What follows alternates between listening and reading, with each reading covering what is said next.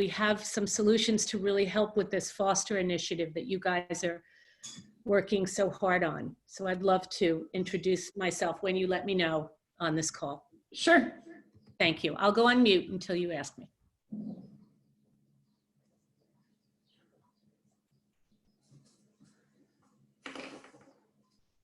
Hey, Kristen. Hey, it's Sarah. I think I just got my video to work. Okay. Hey, Sarah. How you doing? How are you? Good. Hey, I got you at the beginning of the agenda, so we're good. Perfect. And I'll see if, I'm not sure if Kate and Julie are on, but I'll check. Cool.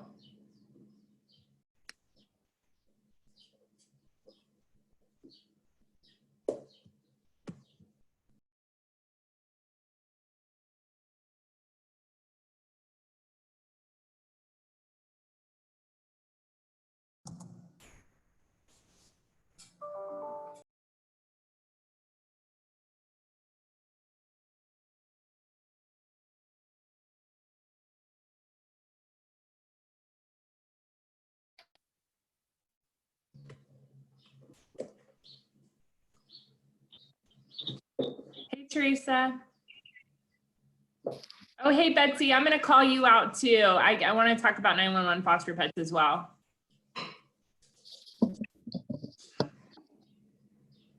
Oh, hey, Jamie. Jamie, I'm going to ask you and Kim to speak on next week's meetings, both Monday and Friday, about all the community stuff. We started our community clinic. We repurposed all of our kennels in half the building to do COVID response efforts. And so now we're doing appointments referred by social services agencies, and we're going to be doing daily pet food distribution. So we're still using our kennels, but now they're full of food for the public, not animals. I love it. That's so exciting. Yeah, it's really, I was there yesterday and it was just like really heartwarming to see people's own pets who have really been struggling through COVID. And it is 7 a.m. Pacific Standard Time. For some of you, it's a little later and your hair's probably dry, but here in Tucson, it's 7 a.m. So good Monday morning, everybody. I think we are on week 8 of the COVID calls. My name is Kristen Hassenauer-Back. I'm the director of Pima Animal Care Center here in Tucson, and also involved with NACA and Pets Alive, and have been helping to manage these calls and hear from so many of you over the last 8 weeks as we try to chart a course through this entirely new world where we are living in and deal with the crisis at hand.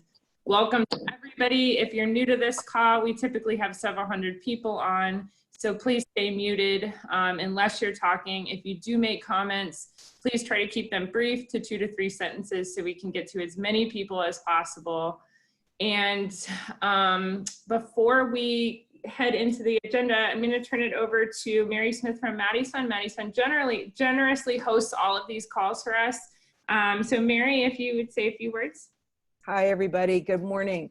So, you know, I know this, I say this every Monday, it feels like the never ending story. And, but it's May, all right? It's the 3rd COVID month that we've had together. And I just want to remind you that you guys are the ones that know how to deal with outbreaks long before this pandemic happened. You knew what to do for your animals, you knew what to do for your teams, you knew what to do for your organizations, for your facilities. And now you know what your community needs. And I would hope that each of you would spend this next month really focused on your community needs and being there for them the way they have been there for you at the beginning of this pandemic. On Friday, Greg Lucas from Shelter Love gave us a different perspective of what we could expect going forward. And it's not a very, it was a pretty realistic picture. And he does say that he is pretty much of a skeptic. His slides and his narrative, we'll post them on the Facebook page after this call. It's good for you to look at that because it helps sort of situate the great experiences we're having on the animal side in terms of getting animals out of the shelters, getting animals into people's homes, not having to kill so many animals. But it does sort of situate this within a framework of 30 million people have applied for unemployment, and what does that mean in our community? But again, we are the people that have the answers. We have demonstrated that behind closed doors for decades. Now we have a chance to open up those doors and be at the table as people are starting to talk about what does reopening a community really look like. So continue to be strong. You guys do so much to help me get through the week. Thank you.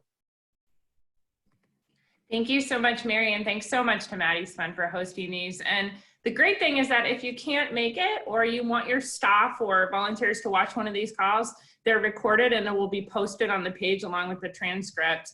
Just a reminder, the chat box can be found at the bottom of the screen, and you can chat into that if you're not a person that is comfortable talking out loud to a big group. You can use that chat feature to answer any questions. And we're also going to be asking you some poll questions today. But before we do that, Dr. Jefferson is the Executive Director of American Pets Live and Austin Pets Live, and is the reason we're all gathered here on this platform today. So Dr. Jefferson, do you want to say a few words? Sure. Thank you guys so much for being here and being part of this collective conversation. I echo everything Mary's saying about spending time. You know, we need to start thinking about the actual to-dos now instead of the big picture of what's happening. And I just welcome the ability to do that with all of you. So I so appreciate that you're here. Thank you so much. We have a couple of updates from folks on the call who asked for just a little bit of time to update us on some exciting announcements. So the first one we want to get to is Dr. Paisano is here, possibly with Dr. Levy, Dr. Hurley, to talk about, well, to make an announcement. So tell us what's happening. I come bearing only good news. I don't see Drs. Levy or Hurley, so I will speak on their behalf. But a couple of weeks ago, as all of us were thinking about how we were going to move forward, we thought this is the time to capitalize on the low inventory of animals in our shelters. It's the perfect time to portalize. And one of the barriers, obviously, is financial.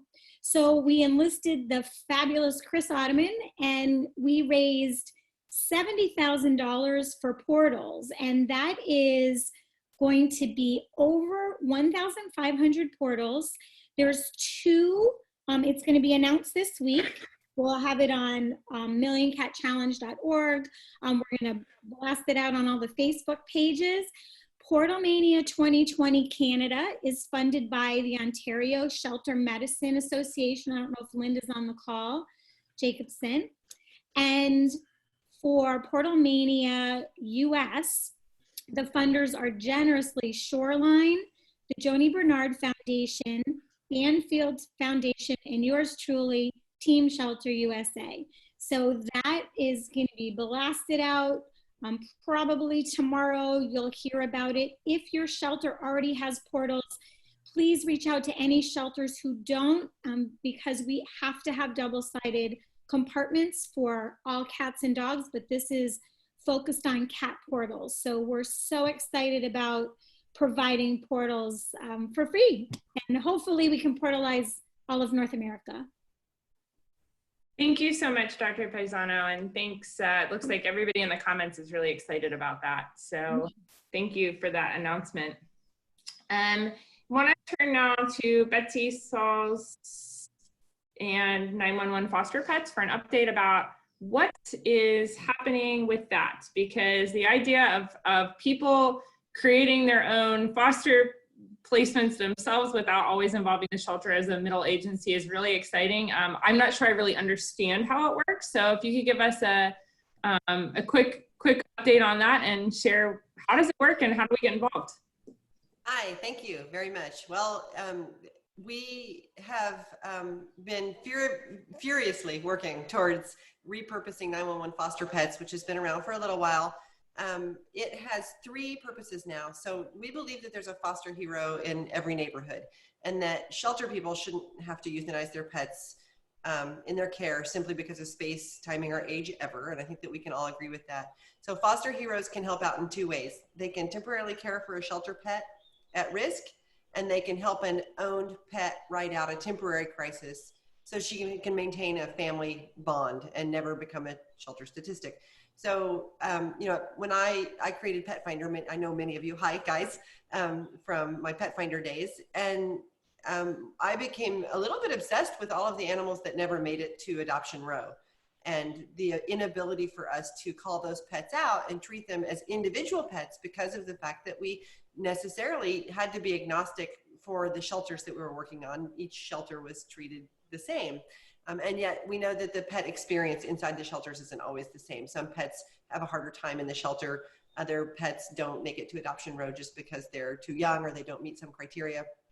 And obviously we don't want to put unsafe pets into people's homes, but there are so many pets that just because of age or geography don't fare well. So here's how 911 Foster Pets empowers people to help.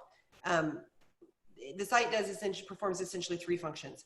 A pet parent needing a temporary home for their pet can post their pet and ask for direct assistance from eligible foster parents. So if you temporarily need to find a place for your pet because you're switching apartments or the lease rules changed, or you've got to live with your mom for a little while, and your dogs won't get along, then you can post exactly that situation, and members of the public will raise their hand and say that they can help for some period of time. If that happens, and there's a good match between you, we actually just launched a really cool and creative relationship with Rocket Lawyer. So we have an online foster contract that you fill in the blank. It's appropriate for your state. It's legally vetted, and it's executable from your phone in the car as you're driving to your new location. Whatever your situation is, you can really make it very specific for your needs. And then so prospective foster parents can also go online and they can say that they would like to help at-risk pets, and they can do that in two ways basically. They can fill out a long form to describe their lifestyle and their home and what their foster requirements are, and of course that's great. We encourage that. We have more people who have signed up to foster than we have pets who need foster in our system right now, and they can also just sign up with their email and be alerted when certain pets that match a criteria meet their needs in their area. So the people that sign up for alerts only, that don't fill out the long form, we love them because they're basically giving permission for you to contact them through our site. And that's the third thing that we do is shelters can use our tools not only to communicate and send broadcast alerts out to the people who have signed up to receive broadcast alerts from the organizations in their community, but also we have tools like foster pet check-ins. So if you have a group of fosters that you're managing, like your foster volunteers, that belong to your own organization, then you can set up automatic messages to them reminding them to send you a photo, and our system will then, based on your timestamps, will say, you know, it's time to send, you know, a proof of life photo to your shelter or your organization. And so we've got, you know, basically that's three ways. Members of the public can raise their hand to say that they want to be a foster, and then they can do that either for your organization or for members of the public. We keep pets out of the shelter by having members of the public be able to post their pets in need. And you, of course, also could mine the database for people who have filled out specific requirements for what they can foster, and use the tool that way too. So if you go to the site, it's super simple. There are basically 3 buttons to push.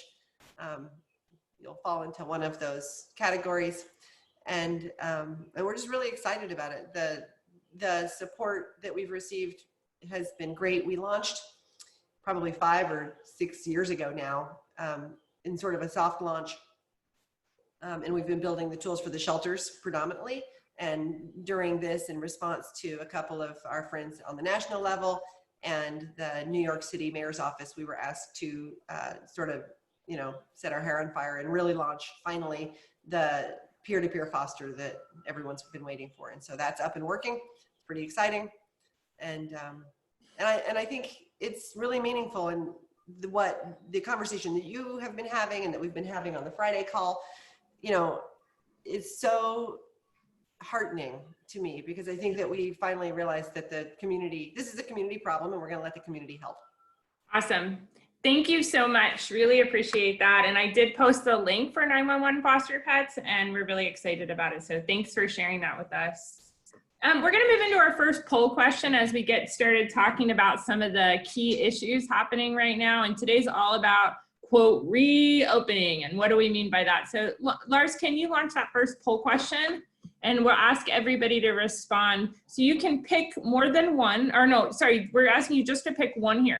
What areas could innovation and new programs most significantly reduce shelter intake? So what area do you think we as an industry have the most work to do to reduce intake? This is, the poll questions today are a little harder than usual because we're making you choose an answer instead of many answers. So we're really trying to hone in on what the biggest issues are in the areas where we really need to focus. So we're really interested to see your response to this one.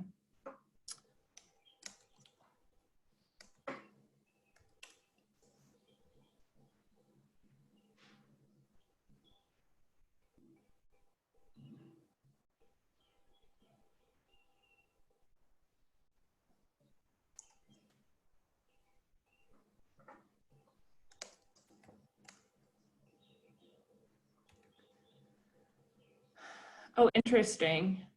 So it looks like 16% of you said stray dogs, very few said owner request for euthanasia, 32% said owner relinquishment, and 50% said stray and community cats and kittens. That is so interesting. Thanks for sharing that. Ellen, do you have any thoughts on that? It is really interesting. I wonder how many people thought of this as tech innovation as opposed to program innovation? Because it seems like we have a lot of stray and community cat programming out there. Kittens are a different problem, of course. But yeah, really fascinating results. So interesting. All right, so let's talk about non-essential services and reintroducing them. You will note that that NACA has not put out a new position, and I think we have Dr. Fisher here today who can speak to this as well. We have not put out a new position on non-essential services. And there's a couple of reasons for that. This conversation about reopening, I think I said this last week, shelters already did the reopening process. We're operating in much the way that other businesses will need to operate. So while other agencies are opening their doors, figuring out how to operate with social distancing, we've already done that. Some of the non-essential services that are definitely starting up are spay and neuter and transport, but others maybe not so much. So we're curious today and would love to hear from a couple of you in the chat box or chime in and talk, but what are you thinking in terms of, will reopening mean something for you other than maybe starting up spay, neuter, and transport? Are you planning on just opening your doors and letting the public back in? For us, we're planning on sticking with an appointment basis, appointments and remote services primarily, because we don't think we can safely handle what it would mean to have the shelter doors reopened to let the public in en masse. So curious about what you're all doing. And again, there's 218 people just on the video part of this call, so chime in. You got to just jump in and talk if you want to talk, and keep comments brief, please. Brenda, I see you there, so I might have to call on you to get us started. You're always good for that, Brenda. Do you want to chime in? That'd be great.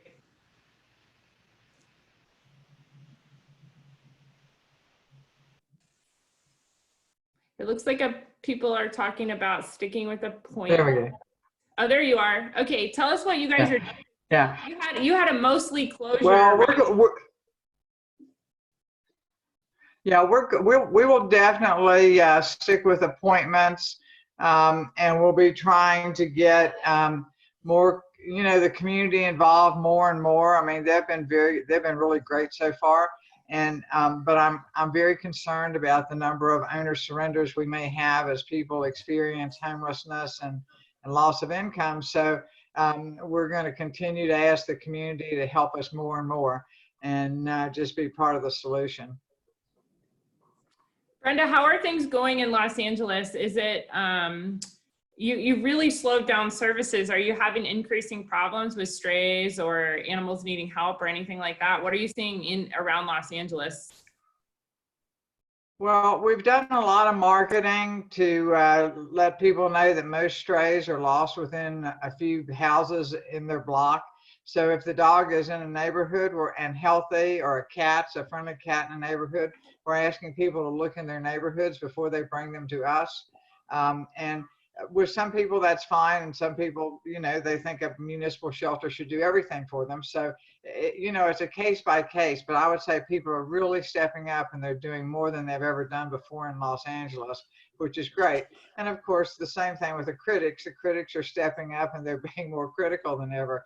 But then again, that's welcome to Los Angeles. Yeah, you definitely have put up with some criticism in LA, and I have gotten some of your criticism from LA too, just by being 6 hours from you. So it's a very vocal community. So I see Nina Stively's on the call in Loudoun County, Virginia, and I don't think we've heard from Nina on one of these calls, but Nina, you're in such a different, you're about as opposite of Los Angeles as you can get. What are you all doing up there in Northern Virginia? Sorry, I try not to use the video because we have a whole bunch of huskies from a case. So this is like a rare moment of silence. So I've been muted and unvideoed for a while, but things are interesting here. We're taking in only critical cases and have been for a while. So we just don't really know what economically we're going to be looking at when all of this kind of hits, because we have stopped everything except for critical cases, which is interesting because I guess there's really no soft way to put it, that essentially the number of animals that we have euthanized has stayed the same as this time last year, but we're not taking in any of the healthy, friendly animals, which is taking kind of a remarkable burden on the staff, because it's not like we're getting a large number of these incredibly troubled or ill or critical animals, but it's all we're getting. So I think that for us, part of our reopening has to be kind of managing staff stress and compassion fatigue in a different way, because having a kennel full of animals who are critically ill or aggressive is manageable when you have 3 other kennels full of happy, friendly, healthy, adoptable pets. But when you don't have any of those coming in, we're trying to kind of figure out, should we accelerate this a little bit in terms of getting animals in from our transfer partners and from our normal owner surrenders, just to try and help our staff feel a little bit happier and healthier with their work here. Great, thank you so much. So I want to take just a moment to share, as we're all thinking about reopening. Ellen, do you have that data handy? Can we share some of so one thing that's been really striking to us is that we've had to figure out how to get more stray pets home quickly. And I think Brenda alluded to this really clearly, that as we ask people to help more, they're helping more. And we're learning more about particularly stray dogs. And as you think about reopening, the question we have is, it doesn't seem viable to me to open our doors wholesale and fill back up our shelters. Whoever you are, wherever you are, it's not safe for people to do that. And so as we look to continuing caring for more pets in the community, there's some really interesting data coming out of Austin that Ellen's gonna share with you about stray dogs in particular. So if you wanna share that with everybody, Ellen? Sure. I don't have a graphic made. I just have the data that's been given to us, and happy to try to turn it into something more digestible. But basically, the city of Austin has been contacting everybody who's submitted a found report. And so those are people that have found an animal and taken it into their custody and filed a found report with the city.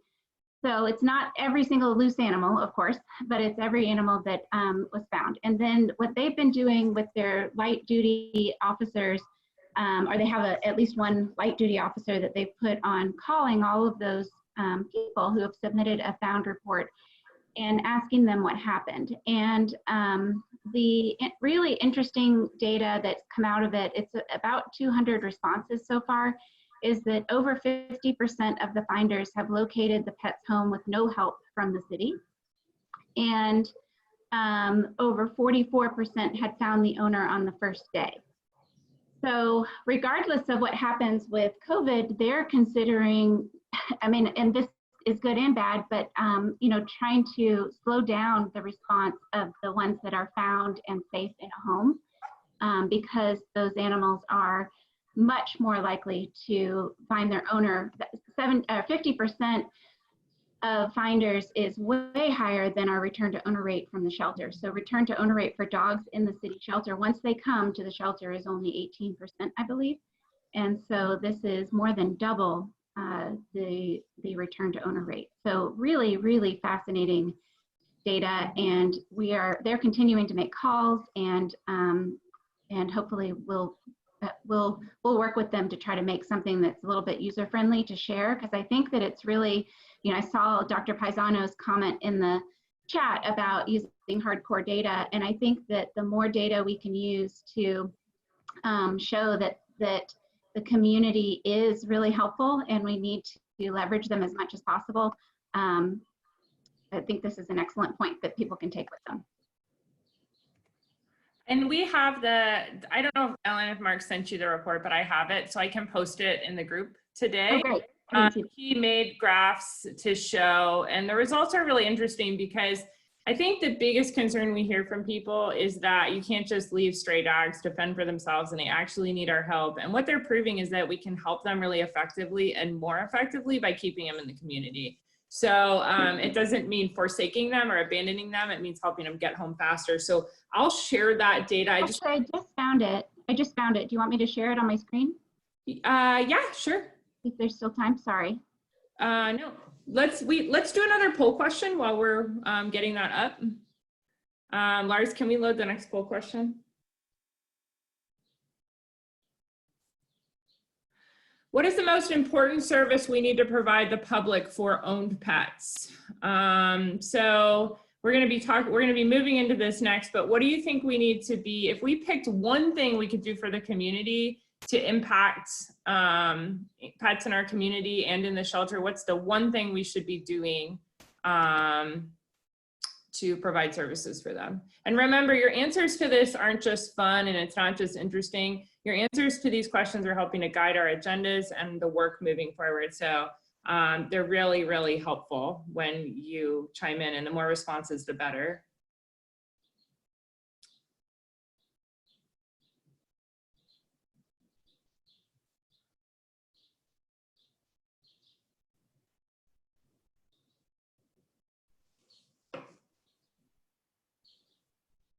As we think about this, the reason that we ask this question now is because microchipping is a service that we all wish our animals were all microchipped because we could get them home so much faster.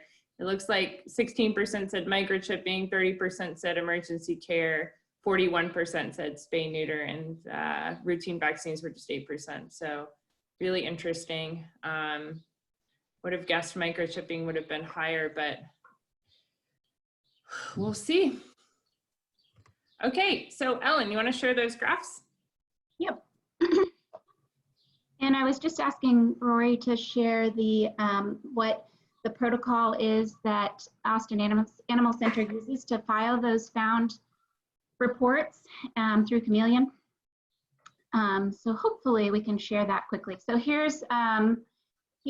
is the, sorry, gotta move all the Zoom stuff out of the way. Okay, so did you find the pet in the neighborhood where you live and or work? Most people did. But the one I'm really interested in is this 13.8%. I think that we have a lot of people that are maybe driving through neighborhoods and seeing an animal and then taking it to the shelter. So it's also, I think this is really interesting, this 13.8%. Did you find the owner? 51% said yes.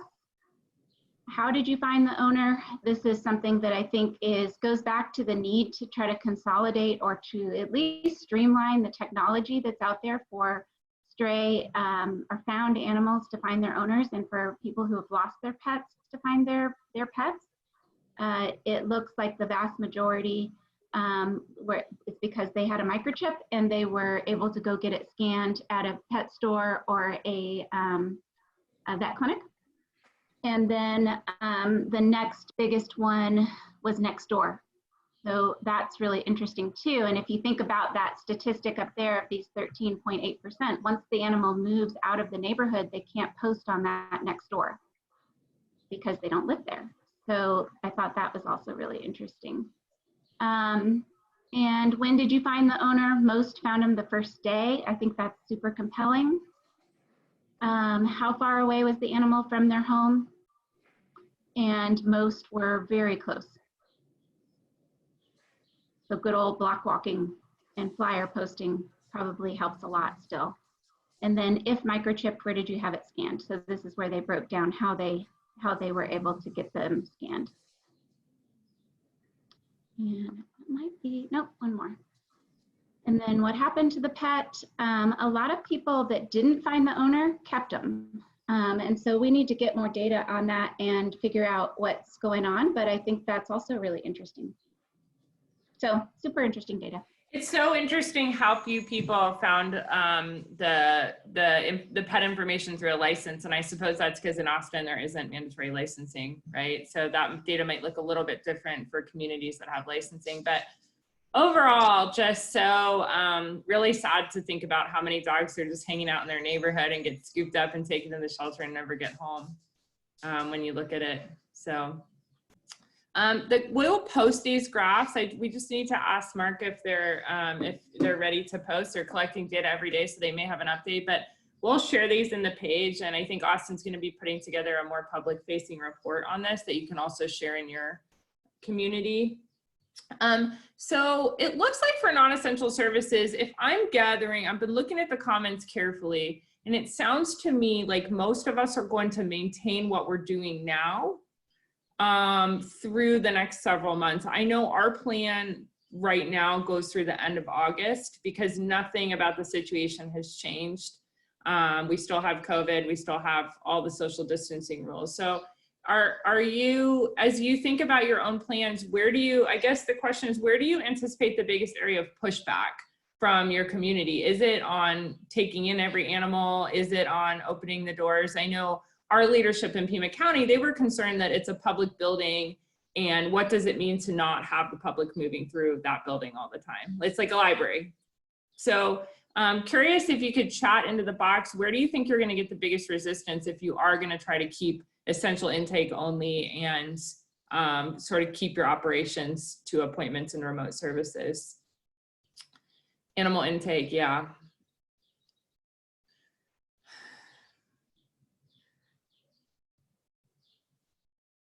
Yeah, not being open like a petting zoo. Are any of you finding out our dogs and cats are so much calmer? It's been really interesting behaviorally to be watching what's in the shelter. Everybody's just like so much more chill. I don't think I really understood how many people were just coming to visit pets. It's amazing that they are, but it's also like pretty challenging to put animals in that position all day, to be in a petting zoo situation. Okay, so we're gonna now talk about, it's 7:32 and we have a little time to talk about what we envision happening in the future, because you've heard Dr. Jefferson, you've heard Lisa LaFontaine, and you've heard from Gina Knapp and several other folks, Rebecca Glynn, Teresa Johnson. You've heard all of us talking about this idea about the future, and a couple of weeks ago, we presented what the future of animal social services could look like. But it was very rudimentary at the time. It was sort of just a brain dump. So we have made some progress towards an actual plan, and we want as many of you to be involved in any capacity as possible, because we've learned one thing through COVID, that's that if we're gonna move forward, we're gonna do it together. So I'm gonna turn it over to Dr. Jefferson to kick it off, and then Lisa and Gina are both also on the call to share a little bit about where we are at today. Thanks. So as a lot of you know, we've been really trying to figure out how American Pets Alive and others can come together and try to organize what we're all trying to do is take advantage of this moment and make sure that we don't go from this where we're seeing these wonderful outcomes for our animals. We're seeing better live outcomes for our animals. We're seeing animals in the shelter so much less stressed, and take advantage of that and turn it into the new normal if possible. And that is not our initiative per se, it's everybody's initiative. And it's just really about trying to create the community around that and the data, looking at Austin's data. I saw some people in there saying we need to get that from everywhere. We do, we need data like this from everywhere. And we have been trying to figure out how we can get 10 cities on board to do a lot of data collection and just a really focused approach, but it isn't lost on us that it's so much bigger than 10 cities. And I am really interested in hearing ways that you guys think we can collectively approach this problem as a whole, as hundreds of shelters. And how do we start? What does that look like to you? What do you need? What do you want to have that community built around the improvements that we're trying to make and the pilot programs we're all trying to make and the data collection? I'd just love to hear what your guys' thoughts are, if you have thoughts. And then, of course, feel free to jump in, Gina or Lisa. Any thoughts? Share. Yeah. I'm Jen Stonequist. I'm the vet at Kitsap Humane Society in Silverado, Washington. And one of the things that I think would be really helpful for us in looking at how we can start to collect meaningful data and also share meaningful data is finding a way to integrate into the shelter operation systems that we are all already using. I know that, like, from experience, they're not always the most user-friendly, and collecting separate data can be really time consuming and also producing meaningful information from that. So I'm curious about if there's a way that we can engage the IT side of animal welfare in a way that can help us get that data more efficiently.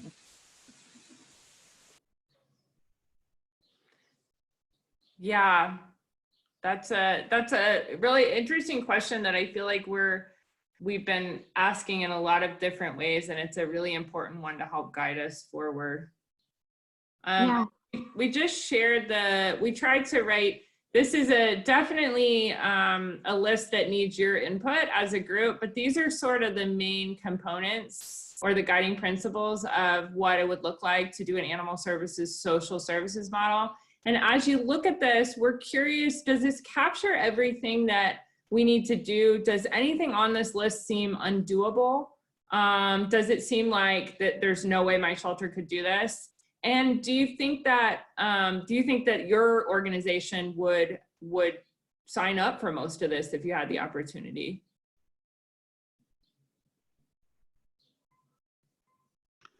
And if not, why wouldn't you?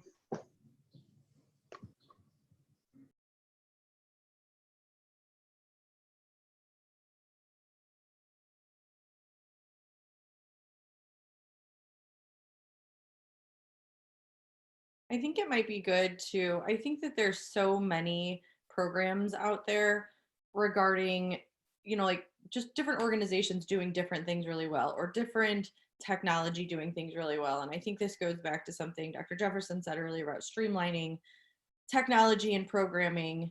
I think everybody's doing things really well, and Maddie's has those great innovation grants, and so many of us have been the recipients of those, and kind of taking all of that and almost doing like a scan of the environment and of the industry and saying what is working really well for your organization regarding owner surrendering, pet rehoming, stray dogs, community cats, and getting a feel for what is working really well in the industry, and then maybe coming up with that streamlined process that can be then shared and rolled out with everyone that wants to participate in this. So that we all kind of have a guide of of what is working really well. Because I know there's organizations out there doing some really great things, and it's just figuring out what it is and how we can implement that in as a whole, as an as an industry.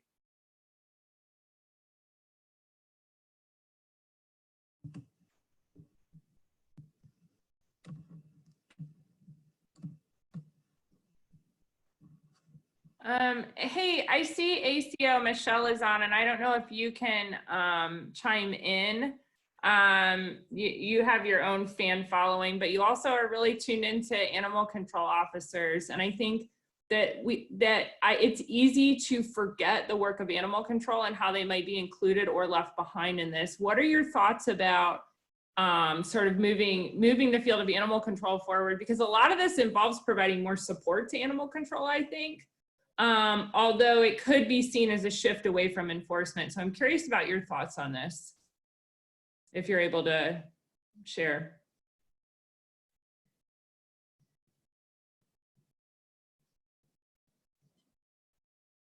Or any other ACO folks here or people that oversee animal control. Can you guys hear me now? Now we can hear you, yeah. Can you see me too? Yes. Cool. I'm trying to multitask here, which is tell us who you are, because I know who you are, but not everybody on this call does. So can you just give a brief introduction, and then we'd love to hear your thoughts on this. I'm an animal control officer in New Jersey, and I'm in Montclair Animal Shelter. So I work with the shelter director. Right now we have a very good base of fosters for our animals. I have a super great cat volunteer who's really great, and she really kicks ass getting fosters for cats. We have a good turnaround where they come in, they're promoted, they get out the door, whether it's foster as a test, and then get out the building. I take care of the dogs. So since this pandemic hit, I kind of took over, and I got a majority of the dogs into fosters. I'm just in the process right now of turning over probably a half a dozen of those into full adoptions right now, because everybody fell in love with the dogs that they have and they want to keep them. So I, as animal control, I'm trying to find the balance between doing the shelter work and doing the animal control work. And I find that animal control is a big community service. Every town in New Jersey has to have an animal control officer, whether it's directly hired or outsourced. So the animal control officers need to tell the public of the service that they do. That's why everybody sees me out there on Facebook all the time, because I feel like I need to be the voice for animal control, because there's still that dog catcher mentality. And the people say, oh, well, I'm keeping the cat, or not the cat, I'm keeping the dog because I don't want it to go to the shelter. You know, shelters have gotten a bad rap historically. Things are changing little by little. They're not just an animal shelter, they're like an adoption center, a resource center for owners and things like that. So we're trying to broaden the horizons for the shelter itself and be more community centered. I just want to, in the interest of time, I just want to interrupt you to say, do you think that this, no, you're fine. Do you think that this, what is on the screen now, do you think that that is something that animal can, and I know you don't speak for the whole movement, but officers that you talk to, do you think this is something that field services could buy into as well? And if not, why not?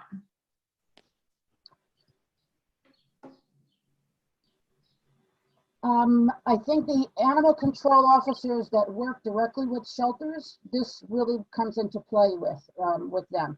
There are animal control officers that don't have their own shelter to work in, like I do. So I'm actually physically in the shelter building. Other animal control just drops the animals off, you know, to the shelter, and then they continue their animal control duties. But everybody still needs to work together. The one thing that I always say is, and mentally for myself, I still have an issue with it, is the finders keeping the animals. There was just a video online about somebody that had an American Bulldog that turned on her after she had the dog for a month. I'm still kind of working with that. I still like to talk to the people that find those animals. And if I can talk to them and kind of get a good feel for what their handling skills are, I may say, okay, take it overnight. So that's always, an issue of contention for me as far as, that's concerned. Bottom line, we want to get the animals back home. But I feel that we have a greater base of contacts, whether it's through Facebook, through Instagram, or whatever, that when we say, hey, we've got this dog here, do you know who the owner is? We have a better luck of finding the owner than, Joe Blow posting it on his personal Facebook page, who has like 26 friends. So, well, thank you. that's, that's something that I always concern about. But the rehoming, shelter, what do you call that? Surrender prevention, we're very good with that, especially during this time. But even before that, we have a great pet food pantry that we utilize and we distribute to the public. We deliver food to the public. Even people that have adopted from us, if we know that, we'll adopt a cat to somebody who's maybe 60 something, 70 years old when other places won't. Okay, yeah, so no, mental food to keep yeah. that. Well, we really appreciate you, and how can people follow you on social media? ACO Michele, check her out because she's helping to lead the movement. But we really appreciate you. Want to get your input moving ahead. I want to to other folks who might want to share their thoughts. What would hold you back? What would work? And also, Lisa is on the call and Gina. So if you want to add anything to what we've already said, this would be a good time for that as well. Hey, everybody, this is Lisa. One of the things I just put in the comments is that my very first shelter job, our tagline was "The best shelter is a humane community." And I don't think I ever really appreciated that as much as I do now. And I feel like that throughout all of this, in every way that we pay attention to, people are showing us that they are there for animals and that they want to engage with us. And I think that in some ways we're struggling to keep up to allow them to engage with us because they've come at us in such big numbers, especially for foster care. But I think if we just put our antenna up, that is one of the best and most encouraging signs that there's readiness for it. And I also think that all of our staffs who maybe didn't think that they could make these kind of changes in such a short period of time have this moment of confidence where we can really reinforce the innovation. We can reinforce the ability to change on a dime and help them do things that maybe they didn't think they could do. And I think that maybe the final two things I would say, three things, is that because the community is just showing such a readiness, I think there's a huge advocacy opportunity for us to really ask for the things we want, whether it's law changes, whether it's different ways of living, whether it's different kinds of help. And it's one of the things I'm most excited about. And then finally, I do think we have to move in an interdisciplinary way right now. There are other social services groups in all of our communities that can help us do this work more easily and change things in a more sustainable way. And I think the moment is right to reach out. Thanks, Lisa. Gina, do you want to add anything? I do. Good morning, everybody. I saw something along the chat, and I don't know who to give the credit to, but it really is all about leadership. There are a lot of leaders on these calls every week, and collectively we have an opportunity to really transform animal sheltering in the 21st century. But you don't have to be the leader of the organization to affect change. But I think that we have to start somewhere. This is a huge number of people on these calls every week. Imagine what it would be like if even just 50% of the organizations represented here decided to, let's just do it. And I think that is how it's going to grow. It's going to be a grassroots. We can't force people to change, but we can show them what impact the change has, both for people and pets in our communities. We're just there are so many opportunities for us to change, and the time is now. And I feel like I'm preaching, but there are going to be concerns. There are going to be people that say it can't be done, but I know that there are a number of people on this call that can make it. So Dr. Berliner, I see you're on this call as well. And I think you've been on a lot of these calls and have sort of been with us through the process. What, as a veterinarian and sort of such an important player in this movement, what do you think do you think this is the future, and do you think this is doable and we could potentially engage vets to also shift how we provide services?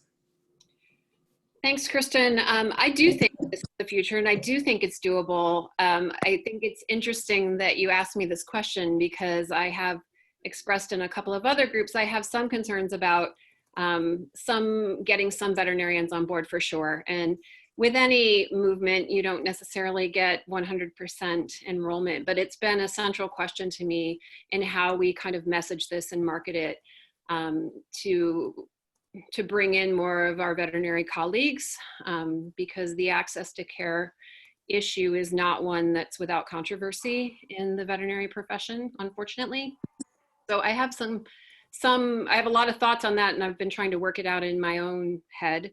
I also think there's an element, I was going to type it in the chat, but I think there's an element too of figuring out how we train our people to be case managers, because certainly for human social services, there's a lot of training involved in that. And it's a difficult process for a lot of people. And I think if we're going to make this transition, we have to think really long and hard about how we train our staff to do this kind of work, especially given that burnout is not a minor point in our profession. And this can be really hard. My sister's a caseworker, a social worker, so I have a little bit of insight into that. And so I've been thinking about that a lot too, in terms of what does this look like in terms of how we prepare our people and how we provide training and support. Yeah, Dr. Berliner, maybe we can engage you. You know, Lisa, Gina, Ellen, and I are sort of the executive committee of this whole initiative, and maybe we could engage you on that piece, because I think it's going to be critical moving forward. So we'll reach out to you. Ellen, do you have anything to add to that? Okay, thank you. Kristen. Yes. Hi, this is Alex in Miami. Step in. Hi, Alex. I'm just a little bit late, but going back to the list, I think the list is absolutely amazing. I think it can be done. Our animal welfare officers, we don't call them animal control officers anymore, are doing it. I think the biggest challenge, perception-wise, is how do you remain open admission, truly open admission, and do all the things on that list. And that's just something that for us would remain very important. But I love the list, and I got some ideas off of it, despite the fact that we're doing some of the stuff on there. And technology would be the biggest barrier to really taking it to the highest level. Thanks so much for that thought. And I think you bring up a really important point. And we could ask sort of the same thing around children. And probably in 1910, there was the question, well, how do you let all the children into the orphanage and still do this? And I think that is where also Dr. Berliner's comment comes in, is that this case management approach, and probably long run, we need to be training shelter professionals. We need to be training social worker type employees with a similar skill set, so that we can still serve everyone. But indeed, the challenge is going to be really changing the community's expectations around what open admission means, and helping them understand that animals and people can be better served when not every animal is coming into the shelter system and is staying in the community or in its home. But it's a really good point, and I think it's going to be important to get our communications around that strong. We have another poll question. So Lars, can we add the third poll question? I think we have 4 today. Okay, so we need your honest answer. This is your anonymous feedback. So nobody's going to know what you said. We want brutal honesty. So tell us, do you think this is a viable alternative to the existing model for most shelters? So let us know what you think, because if it's not, we're going to delve deeper into why. And if most people think it's viable, then we're just going to charge forward and start making change. But your honest answer to that is really helpful. So we decided to go with the term animal social services because pets isn't everything, and there are also wildlife who often get left behind, but are some of the most highest groups of animals euthanized.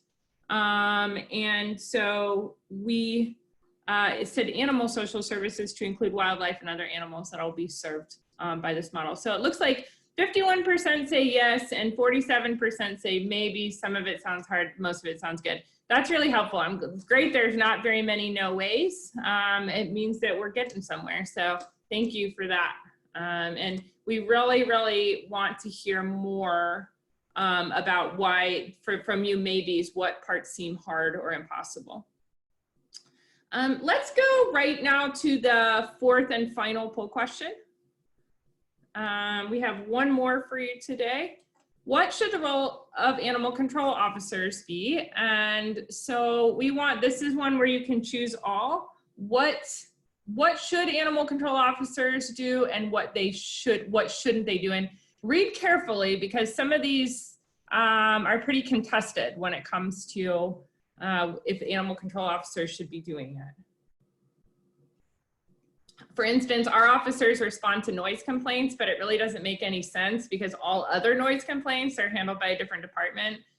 So for some reason, dogs barking is handled differently, but it really doesn't make sense. So we would argue that noise and waste complaints probably shouldn't be handled by animal control, but others of you probably feel differently.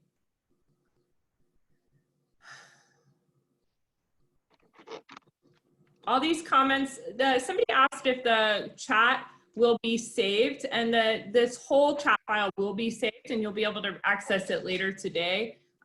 So you can grab any of this information later today, and we're going to share the charts from the Stray Dog Austin stuff.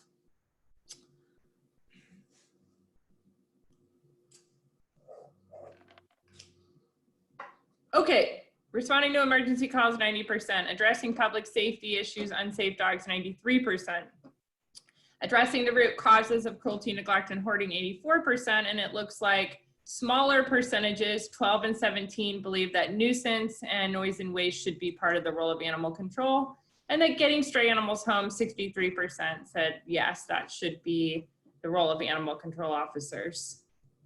So that public safety piece is coming through loud and clear, and that's a critical part of this animal social services plan, because we actually, for our officers, when they're not responding to all those nuisance calls, they're actually having more time to address the public safety issues more quickly. And this model, if it really hones in on what animal control should be doing, it's capable of actually increasing public safety and potentially even decreasing dog bites.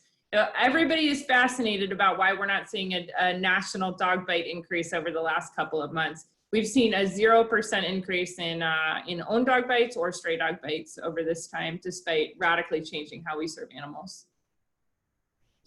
Okay, so, and ACO Michele chimed in and said animal control job is 75% education. That's cool. I agree. All right, so let's go back. We have just 4 minutes, and we wanted to get in, I guess, Jody, I think we're gonna bump you to the next meeting if that's okay, because we're running out of time, and we really want to give you the time you deserve, and be too stressed to give it to you. So absolutely, thank you. So Ellen, what do we want to share with folks if they want to stay involved with animal social services? We are moving at lightning speed. You advertised a position, it's likely hired. What's next, and what do people need to know to stay involved? Well, participating in these calls, number one, is a really great way to stay involved. We will be posting on the American Pets Alive Facebook page and on the group, the American Pets Alive Shelter and Rescue Group page, about a form that people can fill out and tell us what they're doing and what, looking at those 11 components, which we can share on those pages as well. What are people already doing and what do they want to do? And just we're going to try to get a sense of where people are and how we can start making sense of so many people. This industry has never had the ability to communicate as a whole. And I think that's also one of the sort of unsung silver linings that is happening. And if we can figure out how to take everybody's momentum and all share everybody's success, then I think we're going to be better off for it. So hopefully, not hopefully, there will be information soon. We were waiting to do a form until we heard from you today about what the best way is to collect your thoughts and move forward. Thank you. Lisa or Gina, do you have anything to add before we close up? No, I think we said a lot of great things this morning. I've been trying to follow the chat. There's really good chat or good conversation happening there too. Just need to keep the momentum going and keep the faith. And if you are interested in helping actually move forward a piece of this initiative, we need help leading, volunteer help from experts leading a lot of the different components. Please reach out to myself or Dr. Jefferson, and we'll make sure that you have our emails. But we are trying to sort of slot people in. This is going to be a giant volunteer effort. It's how I've been spending my Saturdays, just getting this stuff moved forward. And we can't do it alone. You're hearing a lot from Ellen and Gina and Lisa and I, but there's so many more experts on this call, and it's going to take all of us working together. And right now, our biggest challenge is coordinating everyone and figuring out how do we all fit together and keep communicating. But we're so excited and so glad you keep coming to these calls. And please remind staff of all levels, these calls are for them, from all leadership all the way to animal care techs. It is oftentimes the emerging leaders who are in the sort of boots on the ground ranks of the shelters that are going to lead the change. And so it's important that those folks are able to join these calls as well. But we appreciate you, and we appreciate Maddie's Fund for hosting these every week. Thank you so much to Maddie's for being such a great leadership force during this time. Kristen, can you hear me? Yes. It's Caroline from Minneapolis. I sent you a private message, but I had stepped out of the room for a second when we were talking about bites. Yeah. I don't know what survey you did, but Minneapolis had over 100% increase in bites when we stopped patrolling for stray animals. And within a week, we dropped that by 50% by just proactively. Well, listen, Caroline, we're out of time, but I'd love to see that data. We are at 8 a.m. That has not been consistent in any other city that we pulled. I was referring to my own community bites. And we've looked at about 10 different cities. So that's really interesting. And that would sort of make Minneapolis an outlier. So it'd be good to look at that data.